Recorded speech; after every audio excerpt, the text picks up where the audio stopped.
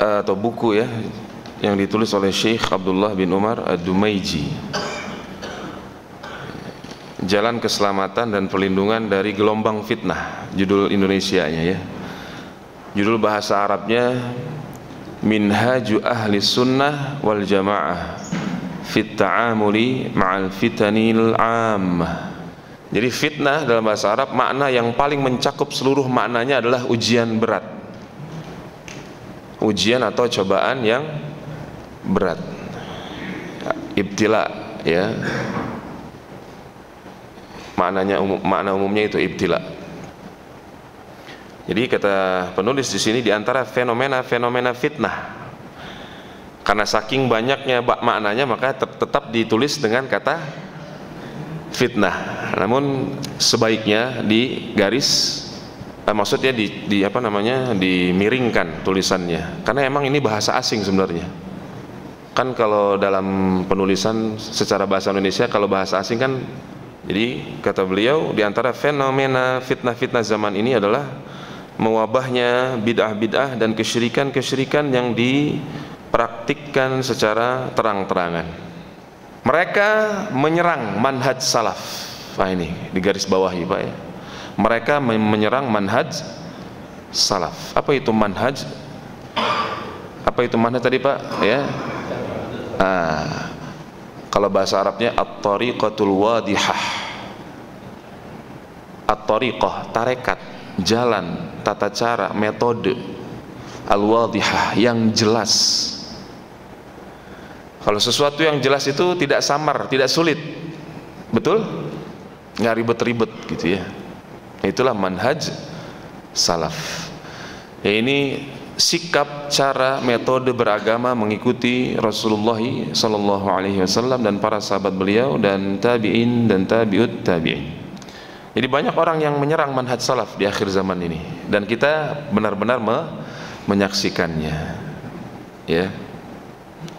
Mereka juga menggugat rambu-rambu dan kaidah-kaidahnya yang mendasar. Nah itu dia. Sehingga banyak yang bicara tentang, oh ini amalan ini, peringatan ini adalah bagian dari agama, padahal bukan. Dengan hawa nafsunya menyebarkan pemikirannya, pendapatnya yang tidak pernah didahului oleh seorang imam pun dari salaf kita. Seperti muncul orang-orang yang ya menisbatkan dirinya kepada ilmu, lalu dia bicara tentang kapan kiamat. Antum nggak boleh dengerin yang model begini ya, nggak usah tahu Pak. Nah di antara fitnah adalah itu sengaja disebarkan biar viral, biar antum pengen tahu. Nanti antum dengar, sementara kita tidak punya ilmu yang cukup, tidak tahu kaidah-kaidah pokok dalam memasuki sebuah disiplin ilmu, akhirnya kita termakan syubhat. Terlebih lagi Nabi SAW pernah bersabda kan, inna minal bayani la sihra, kan begitu. Sesungguhnya dari pada sebagian bayan itu fasohah, balaghah, fasohah, balaghah, keindahan bahasa, kefasihan berbicara. Itu benar-benar terdapat sihir padanya itu. Di dalam penjelasan yang indah, retorika yang indah, kefasihan lisan bicara, itu ada sihirnya gitu. Makanya para ulama itu melarang keras mendengar ilmu, mengambil ilmu dari orang-orang yang ahli bid'ah, pengikut hawa nafsu. Apa itu pengikut hawa nafsu Pak? Pokoknya menurut pendapat dia, tanpa ada pendahulunya. Dia tidak merujuk kepada aqwal salafin saleh. Yang seharusnya demikian metode beragama ini yang benar, harus selalu merujuk kepada perkataan para ulama salaf, karena mereka yang paling paham. Kalau dikatakan para ulama salaf, maka yang pertama, yang terdepan siapa Pak? Para sahabat. Harus merujuk selalu kepada mereka ya. Ketika kita berjumpa dengan dalil-dalil yang mutasyabihat, yang rancu, tidak bisa dipahami secara jelas, gamblang, dibaca langsung paham gitu, maka kita harus tahu kaidah-kaidahnya sehingga tidak tersesat atau termakan syubhat nanti gitu. Jadi orang yang berpaling dari manhaj salaf pasti sesat. Dan umumnya ya begitu, mereka ingin perbaikan gitu. Dan upaya menuju kepada yang lebih baik begitu. Padahal dia lebih banyak merusaknya. Allah berfirman, wallahu ya'lamul mufsida minal muslih. Allah mengetahui siapa yang membuat kerusakan dan siapa yang membuat perbaikan. Dikatakan membuat kerusakan itu adalah ketika dia sesat dan menyesatkan. Adapun orang yang mengadakan ya perbaikan, minal muslih, adalah orang yang berusaha mengembalikan umat ke jalan tauhid dan sunnah ala fahmi sahabah wasalafil ummah. Nah, itu orang yang itu baru disebut orang yang mengadakan perbaikan menurut syariat. Adalah orang-orang yang berusaha mengembalikan umat ini ya kepada agama yang murni, kepada Al-Quran dan sunnah Nabi SAW dengan pemahaman dan pengamalan yang benar. Bukan paling benar ya, yang benar. Karena benar itu cuma satu, bukan paling benar, berarti yang lain benar juga, kan begitu. Yang benar yaitu ya pemahaman dan pengamalannya para sahabat dan salaf umat ini yang setelah mereka tabi'in dan tabi'in. Itu baru namanya orang mengadakan perbaikan. Kalau nggak bisa dikatakan dia melakukan perbaikan. Itu perlu kita perhatikan juga ya para jamaah sekalian, azani Allah wa iyyakum. Para ruwaibidah. Apa itu ruwaibidah? Ini diambil dari hadis ya. Itu orang yang bodoh, pandir, namun ikut bicara atau ikut campur urusan orang banyak. Ya, jadi para ruwaibidah ini angkat bicara. Kemudian orang-orang diantara fitnah juga orang-orang bodoh memimpin. Para ahli bid'ah dan pengusung hawa nafsu berani tampil terang-terangan kan. Kalau zaman dulu Pak kebalik Pak, para ahli bid'ah itu benar-benar dikucilkan Pak. Kalau sekarang kan Masya Allah, justru orang-orang fasik mendapatkan angin segar, kata beliau. Pasar kemunafikan muncul, didatangi banyak pembeli. Ini bahasanya indah sekali ini. Pasar kemunafikan banyak sekarang muncul. Para pembeli datang ke pasar-pasar munafik gitu, ya kan? Ya maksudnya ya liberal. Kerusakan disebarkan di muka bumi ini, ya. Nah ini dia. Sehingga orang yang memperbaiki dianggap orang yang merusak. Sebaliknya, orang yang merusak dianggap orang yang memperbaiki. Nah, ini umum ini. Ini umum. Orang yang mengajak kepada tauhid dan sunnah, yang itulah satu-satunya jalan persatuan umat, dibilang pemecah belah. Ya, kolot. Dibilang radikal dan seterusnya. Nah, di antara perkara yang perlu kita yakini para jamaah, bahwa Allah pasti menolong agamanya dan para walinya, sekalipun ujian dan kebencian-kebencian mengelilingi mereka, sekalipun fitnah-fitnah dan konspirasi-konspirasi mengincar mereka. Tapi ingat, janji Allah itu pasti benar ya. Nah ini kaitannya, saya kasih catatan, kaitannya dengan bab husnudzon kepada Allah. Kadang-kadang orang juga suka salah paham ya tentang husnudzon kepada Allah. Apa itu Pak, berprasangka baik kepada Allah itu apa sih? Apakah orang yang dia terus berbuat dosa lalu mengatakan kan Allah Maha Pengampun? Apakah orang-orang yang dia senantiasa bermaksiat dengan HP-nya lalu dia dengan entengnya lisannya mengatakan kan Allah Maha Pengampun? Apakah orang seperti ini yang berprasangka baik kepada Allah? Nah, dijelaskan dengan sangat baik oleh Imam Ibnul Qayyim Al-Jauziyah dalam kitab-kitab beliau. Ya.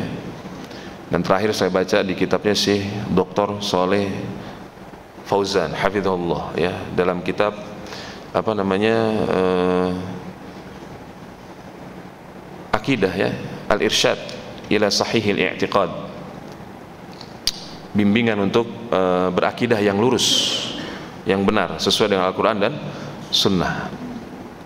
Orang yang berprasangka baik kepada Allah adalah orang yang dia senantiasa mentaati Allah dan mentaati Rasulullah, lalu dia, ya, yakin bahwa orang yang berada di jalan istiqomah itulah yang ditolong, yang dimenangkan oleh Allah, yang diberikan ampunan, maghfirah, rahmat oleh Allah. Dan dia yakin bahwa orang yang berada di atas sunnah lah yang ditolong oleh Allah. Jangan sampai orang ada yang menyangka bahwa orang-orang yang berada di atas kebid'ahannya itu orang-orang yang ditolong oleh Allah. Kalau kita menyangka demikian, para jamaah, kalau kita menyangka bahwa orang-orang yang membela bid'ah berusaha mencari dalil-dalil pembenaran untuk keyakinan dan amal-amal mereka, ucapan-ucapan mereka, lalu kita meyakini, oh, orang seperti ini juga membela Islam dan dia akan ditolong oleh Allah untuk menegakkan kalimatullah, maka dia sungguh telah seuzon kepada Allah. Kenapa? Karena Allah, di antara sifatnya Allah itu Al-Hakim. Apa arti Al-Hakim? Allah zat yang selalu meletakkan sesuatu pada tempatnya. Allah tidak akan mungkin menolong orang yang zalim. Makanya ada ayat kan, wala yanalu ahdidz zalimin, kata Allah, janjiku tidak akan pernah diperoleh oleh orang-orang zalim. Ya, sekali lagi saya ingatkan, mengingat kita setiap hari sangat dianjurkan, karena sigohnya dalam hadis itu perintah Rasulullah. Ya, apabila salah seorang dari kalian bertasyahud, salat bertasyahud, lalu ingin mengakhirinya sebelum salam, ngapain? Kata Nabi disuruh apa? Falyasta'idz, hendaklah dia memohon perlindungan dari 4. Ya, Allahumma inni a'udzubika min azabi jahannam wa min azabil qabr. Ya Allah, sungguh aku berlindung kepada dirimu dari azab jahannam, azab kubur, dan yang ketiga, min fitnatil mahya wal mamat. Sungguh aku juga memohon perlindungan kepada Engkau, ya Allah, dari fitnah kehidupan dan kematian. Takkan kita kurang memperhatikan, Pak, kurang meresapi kan doa kita itu. Apa sih maksudnya? Seharusnya hati kita kan hadir ketika berdoa kan, benar-benar ingin mendapatkan apa yang kita minta kepada Allah. Itu salah satu sebab diijabahnya doa kita, hadirnya hati, jangan lalai. Bahkan ada sebuah hadis bahwa Allah tidak akan, ya, menerima orang yang lalai dari doanya. Jadi harus kita resapi itu. Ya Allah, aku benar-benar ini kan kalimatnya itu, Allahumma, bertawasul dengan lafzul jalalah, menyeru Allahumma. Kata Syekh Sa'id Al-Qahtani, orang yang menyebut, dia berdoa dengan menyebut Allahumma, ya, faka'annahu, ya, yaqul, seolah-olah dia sedang mengatakan Allahumma bikulli ismin huwa lak, gitu. Ya Allah, dengan seluruh nama-namamu. Karena nama Allah itu sendiri mengandung seluruh nama dan sifat yang Allah saja yang tahu hitungannya. Kita cuma dikasih tahu bahwa innalillahi tis'atan wa tis'ina asman, kan begitu. Kata Nabi SAW, Allah itu sesungguhnya Allah memiliki 99 nama, padahal tidak hanya 99, kan begitu. Jadi kita berdoa itu benar-benar hadir, Allahumma, ya Allah, ini sungguh, ini penekanan, Pak. Sungguh ya Allah, kalau kita minta bener deh, tolong dong, gitu, kan begitu. Apa yang kita minta kita harus paham. Di antara yang kita minta tadi adalah, ya Allah, benar-benar lindungi saya dari fitnah kehidupan dan fitnah kematian. Dan fitnah itu kata Syekh Utsaimin, ya, dalam saya udah bacakan ya dalam kitab ini, adalah fitnah yang pertama apa? Fitnah syahwat. Fitnah syahwat kita tahu, bapak-bapak, ibu-ibu tahu, bapak-bapak syahwatnya perempuan Dan fitnah perempuan itu kata Nabi fitnah yang paling berbahaya, paling membinasakan bagi para lelaki, ya. Makanya ibu-ibu jangan tahan-tahan suaminya, ya. Ibu-ibu juga dandan itu full habis-habisan di depan suami gitu loh. Jangan mau kalah sama perempuan-perempuan tukang fitnah di luar, gitu ya.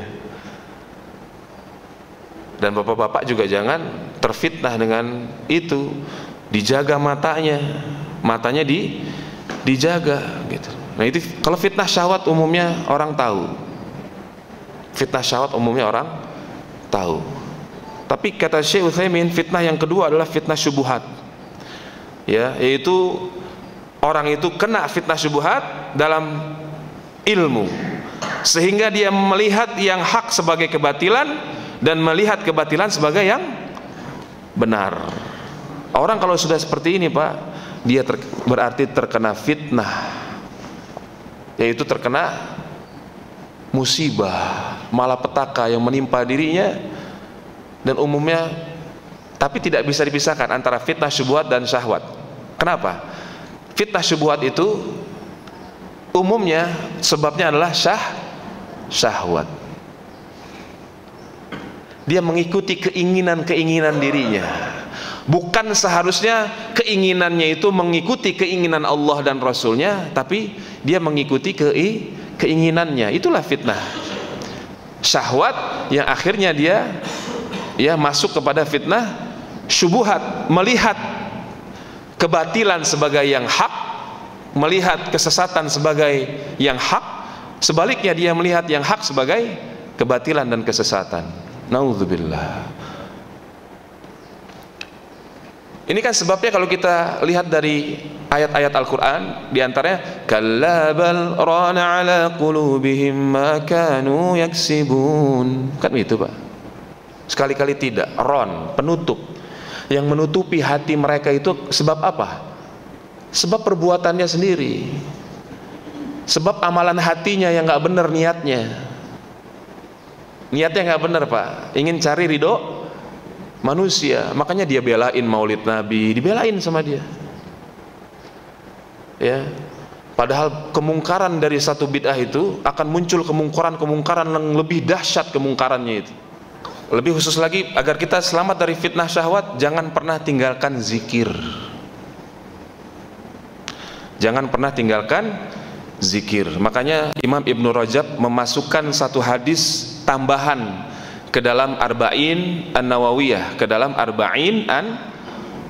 hadis terakhir nomor 50. Kan beliau menambahkan 8 hadis kan, dari 42 ditambah 8 jadi 50 hadis terakhirnya. Ini kenapa ini salah satu hadis pokok, diantara faedahnya adalah akan menyelamatkan seseorang dari fitnah, karena amalan ini akan mendatangkan ridho Allah, cinta Allah kepada pelakunya. Apa itu? Nabi pernah diminta oleh salah seorang sahabat untuk memberikan satu bab yang menyeluruh, satu bab jami' menyeluruh. Apa kata Nabi Pak? Apa solusinya yang bisa menyelamatkan seseorang? La yazalu lisanuka ratban min dzikrillah. Senantiasalah lisanmu itu basah, bergerak, mengingat-ingat, menyebut-nyebut Allah. Jadi zikir itu adalah amalan apa? Lisan. Ya, kalau di hati saja betul, termasuk zikir, cuman malaikat nggak nyatet Pak. Jadi antum kalau zikir yang benar itu lisannya terus zikir. Oh nggak kok, saya nggak connect Ustadz sama hatinya tuh nggak connect. Kalau nggak connect sama hati saya nggak mau zikir. Nah ini namanya kepinteran. Pokoknya jalanin aja perintah Allah. Ya ayyuhalladzina amanu dzkurullaha dzikron katsira. Wahai orang-orang beriman, zikir. Maksud zikir di situ apa? Sebut-sebutlah, ingat-ingatlah Allah. Nanti hati kita Allah yang bersihkan.